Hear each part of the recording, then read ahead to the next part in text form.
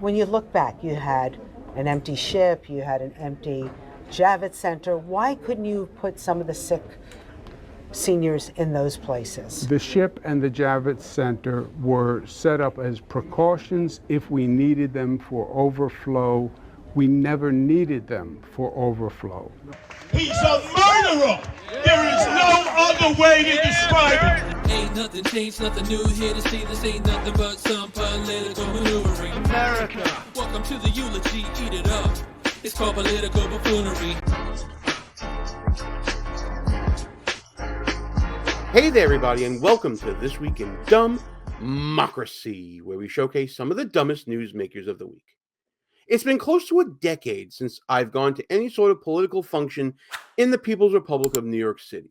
For those of you who may not be aware, I used to be a party official in the Brooklyn Republican Party. I was the law chairman, where it was my responsibility to help get candidates onto the ballot, to defend them from any ballot challenges. And I also took on responsibilities with others to organize different events, functions, and fundraisers. It was a part of my life that I thought I left behind me when I moved my family out to Long Island for really personal reasons that I'm not going to get into. But needless to say, I had put that part of my life in the rearview mirror, and I didn't think I would revisit it ever again. Well, I broke that pretty impressive streak when attending this function that you're seeing on the screen right now. This was a press conference involving multiple mayoral candidates in the People's Republic of New York City. And it really was a unique event because, as you see in this photo, you have people from very different backgrounds who normally would not get together, but yet here they are. We have former New York City Comptroller Scott Stringer. We have State Senator Jessica Ramos, the founder of the Guardian Angels, Curtis Sliwa, Queens Assemblyman Zohran Mamdani. You may remember him from his very vicious verbal berating of ICE Director Tom Homan up in Albany recently, and the current comptroller of New York City, Brad Lander. What in the world do all these people have in common? What could have brought them all together, possibly?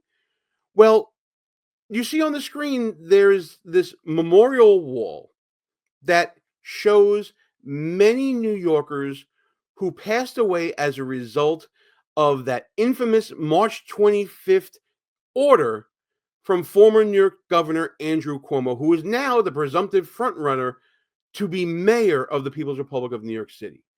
So the families of all of these people that passed away under that order, and these candidates all got together to send a very clear message to the people out there and to Cuomo himself. Vote for anyone but Cuomo. I join in this message wholeheartedly. You may have seen it on this channel that I've made many videos about Andrew Cuomo and what a piece of work that he is. And we're going to get into all of that and some recent news after Cuomo's announcement and how he's been dealing with this issue of this March 25th order. But before we get to that, and you see I'm getting hot already because I'm losing my words here, I'm going to ask you guys to please subscribe to the channel, hit the notification bell so you don't miss any of the shows. And if you like what you're seeing here in this video, smash that thumbs up button. It's not the line. Today is not a day for all the grift and the fun that we normally have. We're talking about an irredeemable buffoon in Andrew Cuomo. We're going to look at his recent statements about his actions during the pandemic, and especially when he's pressed on the question concerning this March 25th order and how it affected these families. And then we're going to also check out some highlights and some statements from these united mayoral candidates and what message they have for Andrew Cuomo. Earlier this March, Cuomo had his kickoff to his mayoral campaign. It's something that I've been talking about since late in 2024. I actually wrote a Newsmax article about how Andrew Cuomo, this opportunist, irredeemable buffoon, was looking to make his political comeback in the People's Republic of New York City. I'm going to link that article here in the upper right-hand corner of the screen. This is him talking about his own record during COVID at his kickoff for his campaign. And I got to tell you, folks, it boils my blood. COVID, my friends, was the greatest threat faced in a generation. It was life and death. It was as serious as it gets, and it was as scary as it gets. And New York, we had it first, and we had it worst, and we were on our own. What a load of crap. Now, we all know that's not true, that they were on their own. They had the Trump administration providing him with ships that can come into the harbor for extra beds. He was finding ventilators. In fact, Andrew Cuomo, during the pandemic, credited the Trump administration for the assistance that they were getting. Remember this? Flashback. I've worked very hard with the President of the United States. We've had our political differences in the past, no doubt. But there's also no doubt that I've worked hand in glove with the President here. And he has been responsive to New York and responsive to New York's needs, and he's done it quickly and he's done it efficiently. I've literally had conversations with him in the morning where he turned around a decision by that afternoon. I've been in the federal government. I know what it's like to make a decision. And he has really responded to New York's needs. So keep politics out of it. Wow, you really have a selective memory, don't you? Know what else happened? Andrew Cuomo issued an order through his health commissioner putting those who were treated in hospitals for COVID that came from nursing homes back into nursing homes and allowed nursing homes to become a super spreader for COVID-19. This isn't what I'm saying. These are findings by the House Subcommittee on COVID that we discussed in an earlier video that you can check out in the upper right-hand corner right now. No one knew what to do. But what did we do? We came together, we stood tall, we stood strong, and we faced the challenge head on. And you know what? The nurses and the doctors, they showed up every day. Were they frightened? Yes. But they were courageous and they were committed, and that's New York. And you know what else? The police showed up every day, and the firefighters showed up. And here comes the stump speech now from a craven candidate that needs to get back into power. I'm not going to give him a platform to spew his rally cry to all of this. What I am going to do is go to this clip from Fox 5 New York with Rosanna Scotto questioning Cuomo about COVID-19 and these nursing homes. Watch how he sidesteps this question. We had that COVID crisis. All right, that's what we got to talk about it, because it's 5 years, right? 5 years since we were all locked down during a pandemic. And as you know, you've been getting dogged about putting seniors back in nursing homes when they were still not well. Would you have done something different? Looking back now, 5 years later, would you have done something different? Yeah. I'm going to let him answer the question, but this is really simple. He can certainly go out there and say, you know what, we didn't know everything about COVID. We were working in the dark, and I made a mistake. He could very easily say that. And you know what? I think if he would have done that in the beginning, people would have forgiven him. We're a very forgiving people here in this country, especially in New York. If someone actually owns up to their responsibilities and they say that they screwed up, I think more people out there would find it in themselves to forgive and move forward, even if it cost them a loved one. I'm sure that there would be bitterness there. But if Cuomo says in the next few moments here, I screwed up, this is on me, and I live with this every day of my life, I think eventually the issue would go away. But listen to what Cuomo says here. First of all, COVID was such a disruptive situation for so many people on so many levels. Remember what you did. You closed schools, you closed businesses, you made people wear masks, only 25 people in a room. It was probably the most restrictive environment that government ever imposed. So there are a lot of people who in retrospect say, you shouldn't have done this, you shouldn't have done that, you shouldn't have done this. And what does your gut tell you? Well, first of all, remember what we were dealing with during COVID. We had no idea what was going to happen. I had the best health experts in the country in my office, and Rosanna, they did not know. They did not know how many people were going to die. I know, right. We had no idea. And when you look back, you had an empty ship, you had an empty Javits Center. Why couldn't you put some of the sick seniors in those places? And that's the $1 million question right there. Cuomo had help from the Trump administration with bringing the comfort into New York.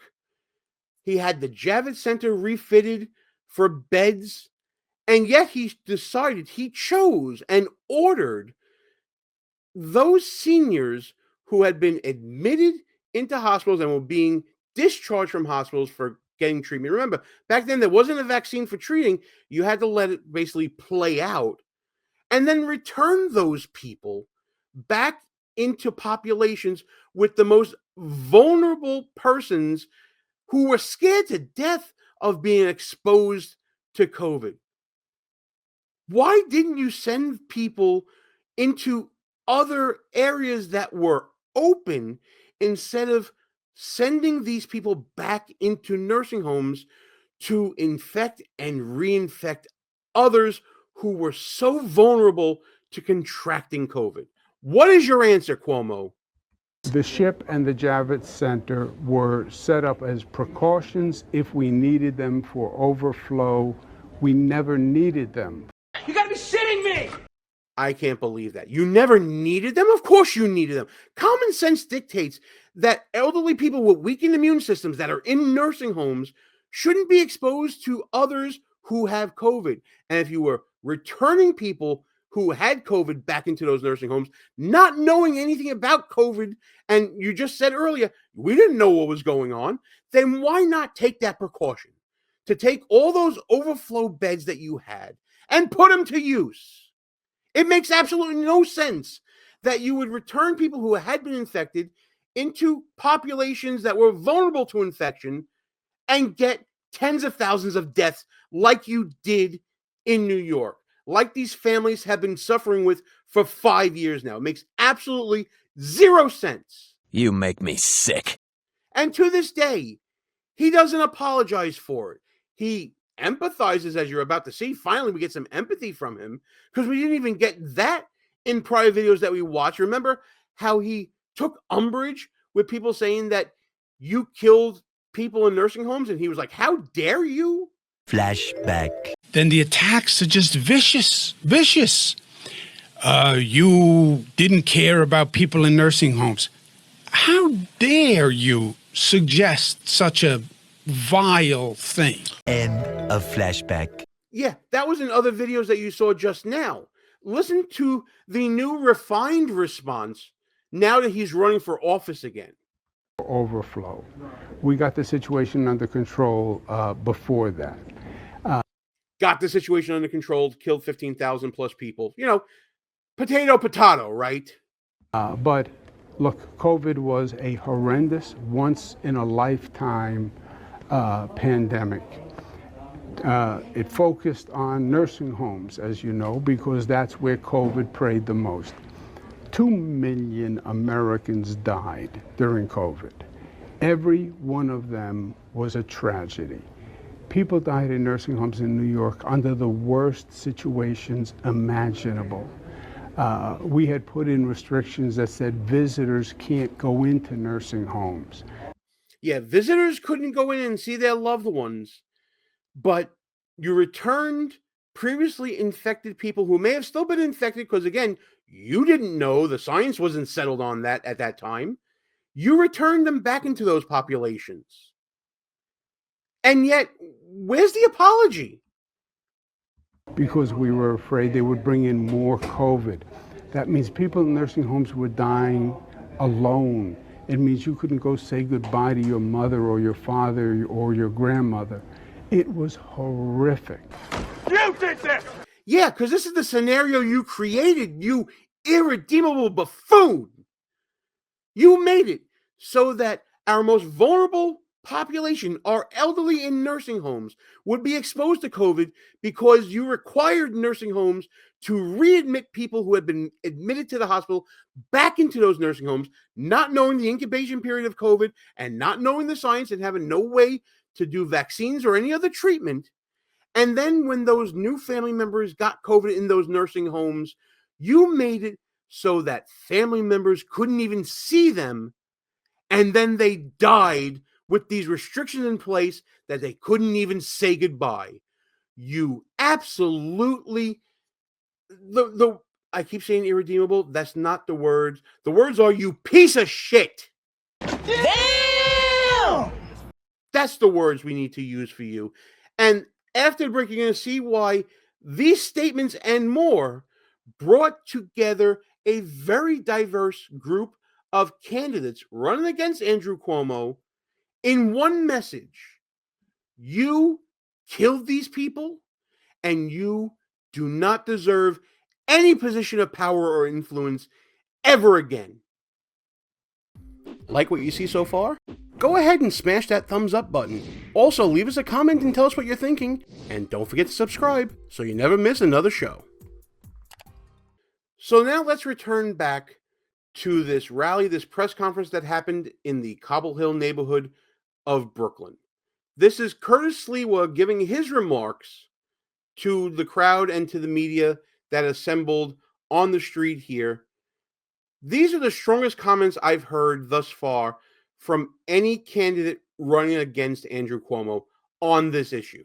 Hearing all the family members and friends behind him, Janice Dean and everyone else, he wouldn't even look at them. He wouldn't even acknowledge them. It's as if they were people of no consequence. They would not prevent him from becoming the mayor. Well, I'm telling you right now, over all of our collective dead bodies will he ever be mayor of the city of New York. He deserves to be in jail. He's a murderer. There is no other way to describe it. I don't mince words. You not only committed the act, you never apologized, and then all those truth tellers, you tried to destroy their lives. So if you want to know what Andrew Cuomo would be like as mayor, you think he would change? No. So make an apology, Andrew. Stop shaking hands and collecting checks, because the 15,000 in heaven are looking down. And in our religion, the Roman Catholic religion, you can be forgiven on your last day of this earth. I have a feeling he'll never even apologize then. And the place for him, straight down where it's hot. No asbestos suit, Andrew Cuomo, because you're a murderer of these people. Can I get a hell yeah? Fiery rhetoric to be sure, but it's called for in this situation.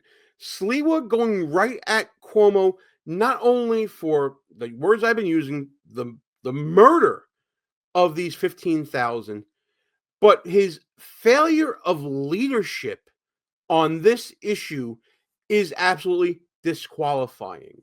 Now, this rally was organized by many different groups. My friend Tracy Alvino and Vivian Zayas and their organization Voices for Senior were pivotal in this rally. The Arbini family were absolutely essential to this. They did a lot of the legwork, the memorial wall that you saw there, and this actually happened on their block. They got all the permits and everything. Beautiful people. Janice Dean, COVID orphans, all came together with Democrats and Republicans to send this message about Cuomo.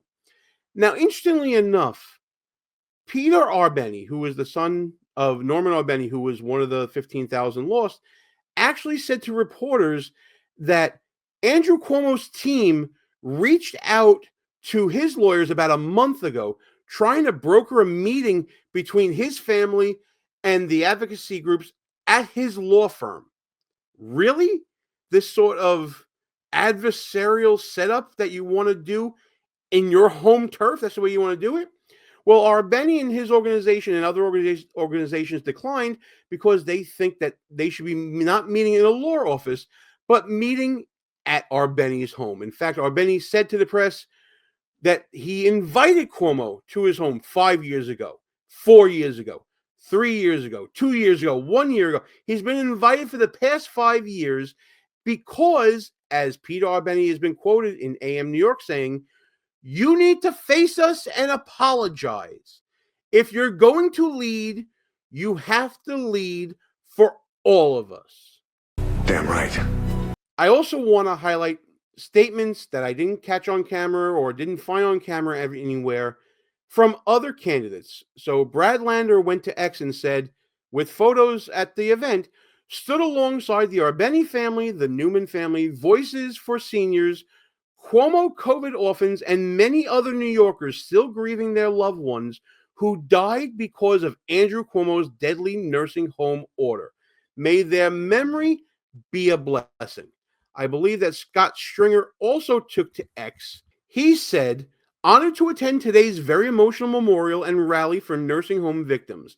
Lies should never have been buried, and people need answers now, Andrew Cuomo. And he added him on X. It's very refreshing to see Republicans and Democrats speaking with one voice over matters that are clear, black and white, right and wrong. Andrew Cuomo should be prosecuted by the DOJ, something I'm going to get into later this week in a column in Newsmax. I hope it'll get published there. If not, it'll be on buffoonoftheweek.com. And this man needs to be finally brought to task on this. He needs to answer for what he did and the decisions he'd made. He didn't do it under oath before Congress, and he lied and denied any involvement in that infamous memo. And now that he's going up before the voters, he needs to be questioned every single day about this topic until he gives a proper answer and a proper apology. And that's my opinion on all of this. And while I normally invite your opinions on this, my feet are kind of glued to the floor on this Andrew Cuomo situation, mainly because of the years that I've seen friends like Tracy Alvino suffer and watching this man and working so hard to bring him to answer for what he did, like bringing him before that subcommittee and working with Congress, and now working with all of these candidates and all the other family members who are looking for answers and trying to bring him to task. Sooner or later, Andrew Cuomo must face the music here. And I know I always invite your opinions on this, but if you disagree with me on this, you better make a good argument, because I'm going to be coming at you in the comments. And as always, like and share the video with your friends, subscribe to the channel, hit the notification bell so you don't miss any of the shows. Fair warning, everybody, I have strong opinions on this video, and I invite you to talk about it with me. I'm open to being wrong, but I don't think I am. Let's talk about it and any other shenanigans and buffoonery happening every day this week in DUMBmocracy.